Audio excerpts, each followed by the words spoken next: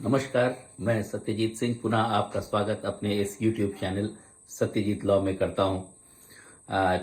मैं आप लोगों का बहुत बहुत धन्यवाद पहले तो करना चाहूँगा जो आप लोगों ने मेरे हर वीडियो को इतने लाइक्स, इतने शेयर्स, इतने सब्सक्रिप्शंस दिए हैं और लगातार आप लोग उन वीडियोस को देख रहे हैं और धीरे धीरे हम लोगों को भी एहसास हो रहा है कि जो जानकारियां हम लोग दे रहे हैं वो शायद आपके किसी काम की साबित हो रही हैं, इसीलिए आप लोग अपना इतना प्रेम हमारे इस चैनल को दे रहे हैं। इसके लिए बहुत बहुत मैं आपका आभारी हूं। अब हम लोग शुरू करते हैं अपना वीडियो यहां से। पिछले वीडियो में मैंने आपको बताया था एफआईआर और एनसीआर में अंतर क्या है, और वहीं पर मैंने आपको बताया था कि अब एफआईआर भी दो तरीके की हो गई हैं। एक तो एफआईआर, दूसरी जीरो एफआईआर। एक और आप लोग सुनते होंगे क्रॉस एफआईआर। तो क्रॉस एफआईआर तो उसी मामले में हो जाता है, लेकिन जब दूसरा पक्ष जो है कोई आप एफआईआर लिखाते हैं और दूसरा पक्ष भी जिसके खिलाफ आपने एफआईआर लिखाई है वही जब आपके विरुद्ध आकर के एफआईआर लिखाता है तो उसी को क्रॉस एफआईआर कहते हैं और उसकी नंबरिंग उसी सेम सीरियल नंबर पे हो जाती है। आज हम लोग जानते हैं कि जीरो एफआईआर क्या है, व्हाट इज जीरो एफआईआर। तो अभी तक हम लोग जो नॉर्मल डेज में परेशानी में जो फेस करते थे उसमें देखते थे कि हम लोग जब पुलिस स्टेशन जाते हैं अपनी एफआईआर लिखाने तो हमारी एफआईआर अक्सर नहीं लिखी जाती है। और लास्ट वीडियो में मैंने आप लोगों को बताया था कि एफआईआर क्या होता है, किन अपराधों से संबंधित होती है। तो ऐसे में इन सब चीजों को देखते हुए लॉ, मैंने आपको बताया था, एवर इवॉल्विंग फील्ड है। हमेशा जिस तरीके की परिस्थितियां होती हैं, जो समस्याएं होती हैं, उन्हीं से निजात दिलाने के लिए लॉ होता है। और डेली जो भी कुछ आप देख रहे हैं, आप कुछ भी कर रहे हैं, जो कुछ भी आप कर रहे हैं, आप घर से बाहर निकल रहे हैं, आप गाड़ी में बैठ रहे हैं, कुछ भी होता है आपके साथ में, कोई चोरी होती है, आप चारों तरफ लॉ की परिधि में हैं। You are within the circle of law. तो जीरो एफआईआर हम लोग यही समझ लें कि जैसे हम लोग जाते हैं, हमारी एफआईआर लिखी नहीं गई। उसके दो रीजंस बता देते हैं। कभी कभी तो आपकी एफआईआर में बोलते हैं कि अभी हम लोग देख रहे हैं, अभी हम लोग पता कर रहे हैं, अभी हम लोग जानकारी कर रहे हैं। लेकिन एक बहुत इंपॉर्टेंट केस आप लोगों को यहां पे जान लेना जरूरी है, ललिता कुमारी वर्सेस स्टेट ऑफ यूपी। इसमें सुप्रीम कोर्ट ने कहा था कि अगर संज्ञेय अपराधों का मामला है और उसकी सूचना आपके पास में आई है तो उसका रजिस्ट्रेशन यानी एफआईआर का रजिस्ट्रेशन मस्ट है। तो ये तो एक बहुत इंपॉर्टेंट केस था। उसके बाद यही ऑलमोस्ट जो है चौधरी भजन लाल और के केस में भी यही सुप्रीम कोर्ट ने धारित किया था कि ये पुलिस ऑफिसर की स्टैट्यूटरी ड्यूटी है कि वो एफआईआर को रजिस्टर करे, जो भी स्टेटमेंट उसको मिल रहा है उसको रिकॉर्ड करे। अब ये तो एक समस्या हो गई कि कई बार जब आपको मना कर दिया जाता है कि अभी हम लोग जांच कर रहे हैं या जानकारी ले रहे हैं।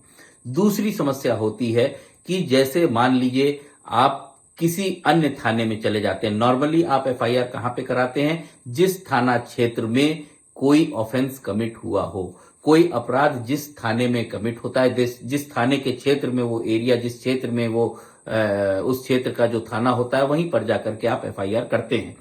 पुलिस वाले इसी चीज का बहाना भी लेते हैं कि ये तो हमारे क्षेत्राधिकार में आता ही नहीं है, ये तो दूसरे क्षेत्राधिकार में है। इस बीच कई सारे मामले ऐसे हुए, लॉ को बहुत ज्यादा इंपॉर्टेंस समझ में आई, लॉ को चेंज करने की, लॉ को बदलने की। जब निर्भया का कांड हुआ 2012 में, या अभी हैदराबाद वाला जो कांड हुआ था, एक बालिका का रेप हुआ था, एक महिला का रेप हुआ, तो ऐसे में ये जरूरत समझ में आई कि हम लोगों को त्वरित न्याय की जरूरत है और इसी के लिए ये जीरो एफआईआर का कॉन्सेप्ट आया।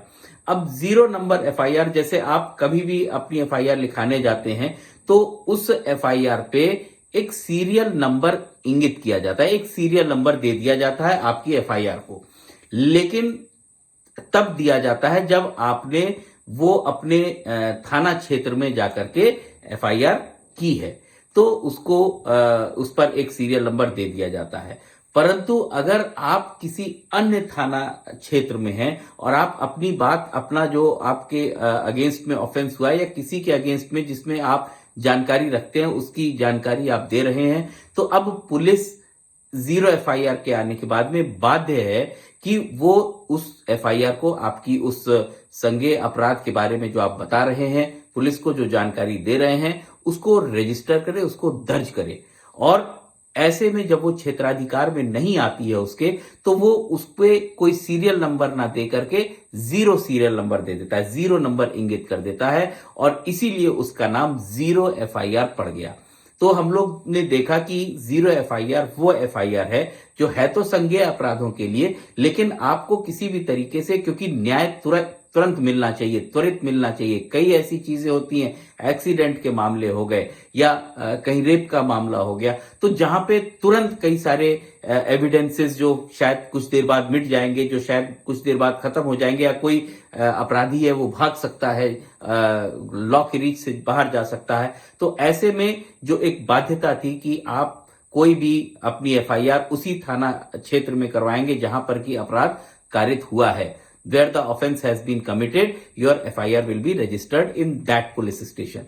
But after this concept of 0 FIR, this limitation has stopped. Now आप अब अपना FIR किसी भी जो आपकी संज्ञेय अपराध के बारे में जानकारी, जो कॉग्निजेबल ऑफेंस की जानकारी, आपकी FIR आप किसी भी थाना क्षेत्र में दर्ज करा सकते हैं, और वहां पर उस पुलिस को, उस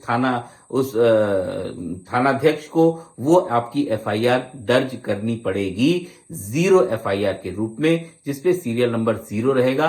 और उसके बाद उस एफआईआर को दर्ज करने के बाद में, उचित एक्शन लेने के बाद में, वो जिस थाना क्षेत्र में वो अपराध कारित हुआ है, उस थाना क्षेत्र को वो एफआईआर ट्रांसफर कर दी जाएगी फर्दर इन्वेस्टिगेशन के लिए। लेकिन आपको कोई भी थाना ये मना नहीं कर सकता है कि क्योंकि मेरे थाना क्षेत्र में ये अपराध कारित नहीं हुआ है, इसलिए मैं यहां की एफआईआर नहीं लिखूंगा। तो यही है 0 एफआईआर। और अगर कोई भी ऐसा थाना जहां पे आपको आपकी एफआईआर लिखने के लिए मना कर दिया जाए, तो आपके पास में अधिकार है। आप 166A आईपीसी, भारतीय दंड संहिता आईपीसी में 166A है कि उसको ये माना जाएगा कि उस पुलिस अधिकारी ने लॉ को डिसओबे किया है, तो उसके विरुद्ध केस भी चल सकता है। तो ऐसे में ये आपका अधिकार है, आप लोग जानते रहिए कि 0 एफआईआर अब आप, अगर आपके अगेंस्ट में, आपके विरुद्ध में या आपकी जानकारी में कोई भी संज्ञेय अपराध हुआ है, कोई कॉग्निजेबल ऑफेंस हुआ है, तो आप किसी भी थाने में उसकी रिपोर्ट दर्ज कर सकते हैं, और कोई भी थाना आपको इस आधार पर मना नहीं कर सकता है कि ये ऑफेंस मेरे थाना क्षेत्र में नहीं हुआ है।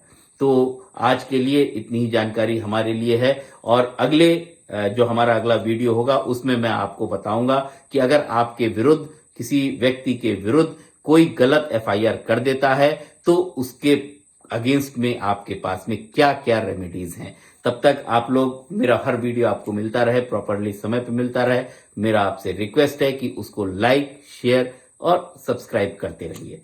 धन्यवाद, नमस्कार।